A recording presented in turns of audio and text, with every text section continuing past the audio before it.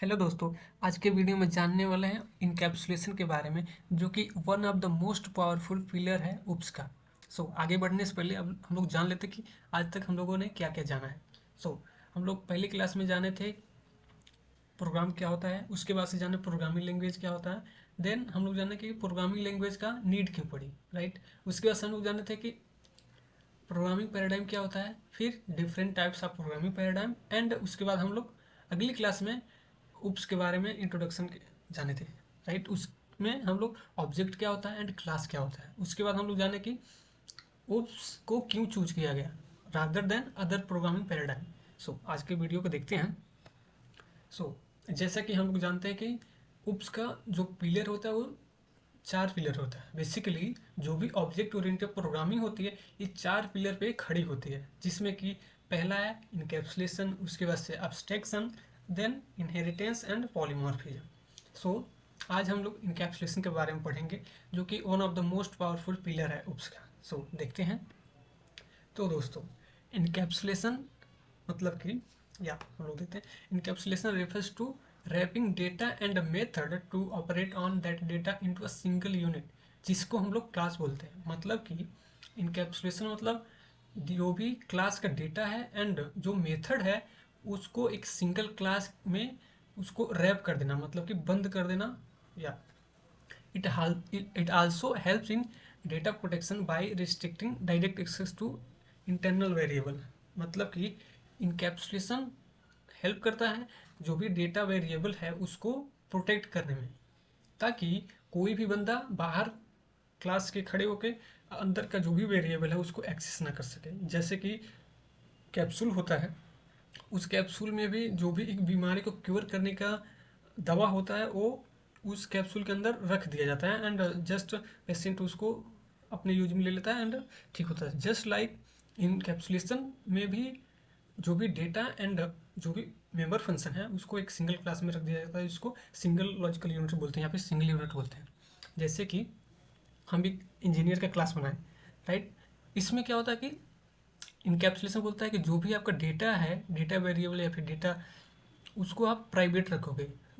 या जैसे कि आप एक इंजीनियर हैं, उसके पास उसका नाम होगा, जैसे देखिए आप, हाँ, उसका नाम होगा। फिर मान लेते हैं कि इंजीनियर के पास एक उसका रोल है, मतलब कि सॉफ्टवेयर डेवलपर है कि सॉफ्टवेयर इंजीनियर है या फिर फ्रंट एंड डेवलपर है या फिर बैक एंड या फिर कुछ भी। और फिर उसके बाद से देख लेते हैं कितने साल का एक्सपीरियंस है। या हम एक बेसिक क्लास बना रहे हैं। फिर ये हो गया अपना जो भी डेटा वेरिएबल है वो प्रोटेक्टेड हो गया। इस वेरिएबल को कोई आउटसाइड क्लास से एक्सेस नहीं कर सकता, राइट। फिर हम लोग फंक्शन बनाते हैं। उसके बाद से उसमें गेटर एंड सेटर क्या होता है हम लोग अभी देखने वाले हैं। तो इनकैप्सुलेशन क्या होता है, जो भी मेंबर है एंड मेंबर फंक्शन उसको आप सिंगल क्लास में आप इनकैप्सुलेट कर दो, मतलब कि सिंगल लॉजिकल यूनिट में उसको रैप कर दो। जैसे कि नाम, रोल एंड एक्सपीरियंस, ये हो गया आपका वेरिएबल मतलब डेटा। इस वेरिएबल को जैसे मान लो आप एक इंजीनियर का क्लास बना दिया, पहले तो इंजीनियर का क्लास एंड उसके बाद से इंजीनियर का एक ऑब्जेक्ट, तो ये ऑब्जेक्ट यहाँ से बना दिया। अब आप चाहते हो कि इंजीनियर को नाम देना, राइट। तो यहाँ से आप नाम देंगे।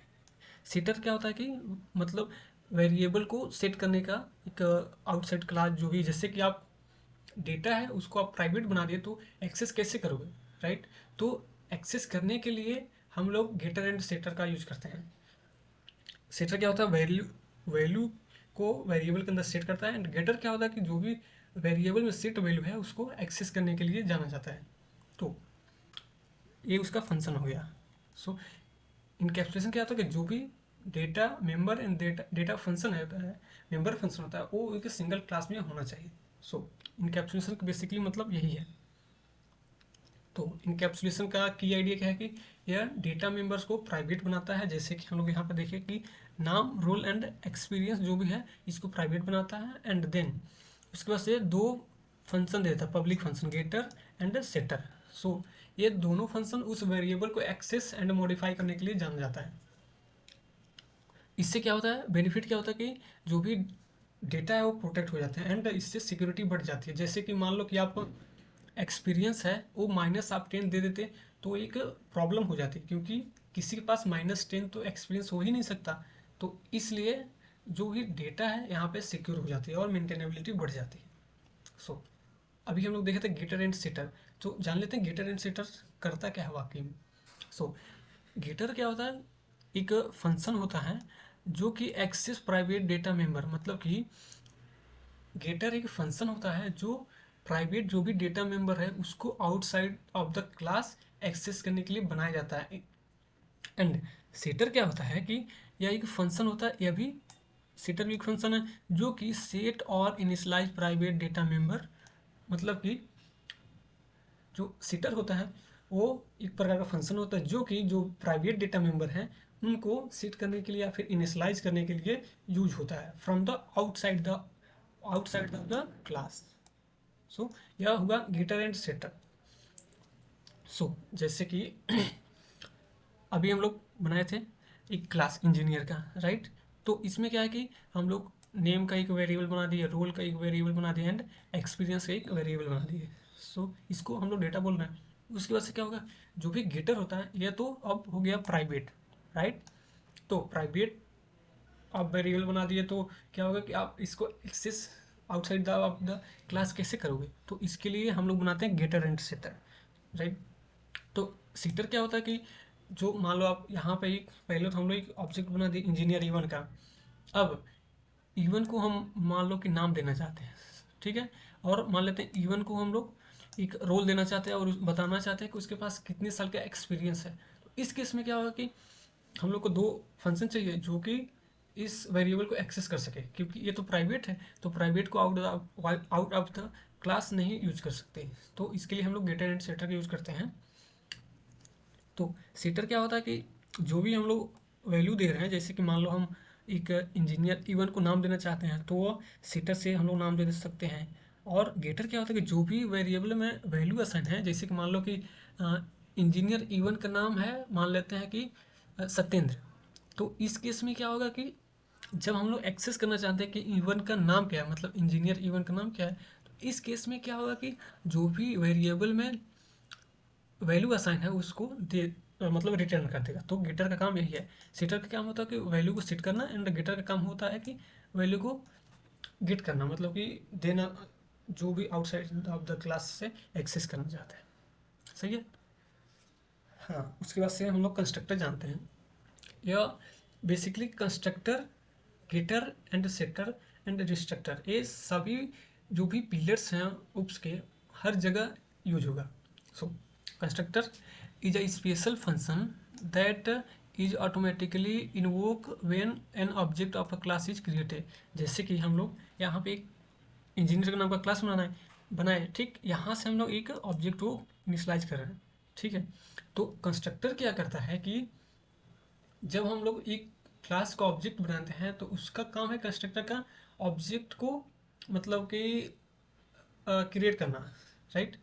एंड इसका जो भी की पॉइंट है, तो जो भी कंस्ट्रक्टर का नाम है वह सेम नाम होना चाहिए जो भी क्लास का नाम है, एंड इसका कोई रिटर्न टाइप नहीं होना चाहिए, वाइड भी नहीं होना चाहिए।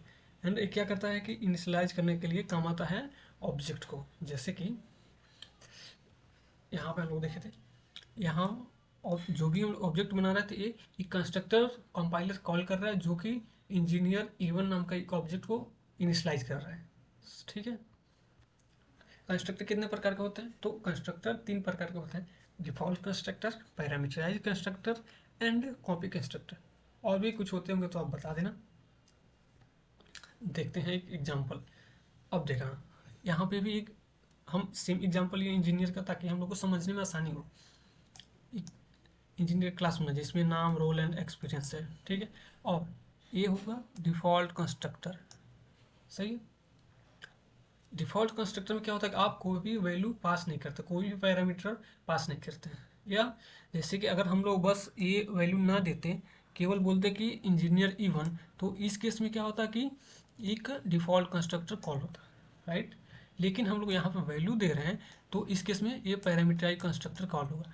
तो यहाँ पे मान लेते हैं सत्येंद्र नाम का एक इंजीनियर है जिसका रोल है सॉफ्टवेयर डेवलपर, एंड उसके पास 1 साल का एक्सपीरियंस है। सो जो भी एक इवन नाम का इंजीनियर ऑब्जेक्ट क्रिएट होगा तो उसमें उसका नाम हो जाएगा सत्येंद्र एंड उसका रोल हो जाएगा सॉफ्टवेयर डेवलपर एंड उसको 1 साल का एक्सपीरियंस मिल जाएगा मतलब कि क्रिएट हो जाएगा। सही है। एंड डिस्ट्रक्टर क्या होता है? यह भी दोस्तों एक स्पेशल फंक्शन होता है that automatically called when an object goes out of scope और एक्सप्लिसिटली डिलीटेड। मतलब कि जब भी ऑब्जेक्ट डिलीट होता है, मान लो कि एक क्लास बनाए और जब तक ये प्रोग्राम रन कर रहा है तब तक तो ठीक है, लेकिन जैसे यह प्रोग्राम आउट ऑफ स्कोप जाएगा तो यह ऑब्जेक्ट डिलीट हो जाएगा। तो डिस्ट्रक्टर का काम ही होता है कि जो भी क्लास बना होगा उसको जो भी मेमोरी मिली थी, जो भी रिसोर्सेज मिला था, उसको रिलीज करवाना।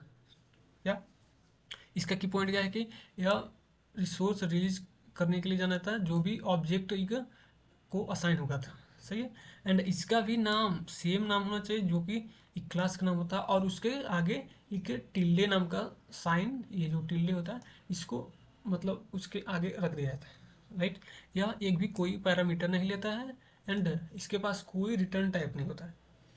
So basically new and delete यहाँ पे यूज होता है। अभी हम लोग देखते हैं जैसे कि हम लोग एक इंजीनियर का क्लास बना है, यहाँ पे भी सेम उसका डेटा वेरिएबल है एंड उसके बाद से हम लोग यहाँ पे एक वो ऑब्जेक्ट बना दिए इंजीनियर इवन का। सही है। अब क्या होगा, जब भी आपका प्रोग्राम आउट ऑफ स्कोप जाएगा तो ये एक डिस्ट्रक्टर होता है, यहाँ पे एक टिल्डे का साइन है। ठीक है। और जब भी ऑब्जेक्ट क्रिएट होगा सॉरी डिलीट होगा तो इस केस में ये डिस्ट्रक्टर कॉल्ड होगा। सो यही है डिस्ट्रक्टर और कंस्ट्रक्टर। बेसिकली डिस्ट्रक्टर कंस्ट्रक्टर सभी जो भी पिलर्स हैं उप्स के वहाँ पे काम आता है, constructor, destructor, getter and setter. तो आई होप दोस्तों आप कुछ सीखे होंगे एंड अगली वीडियो में मिलते हैं अब सेक्शन के साथ। तब तक के लिए धन्यवाद।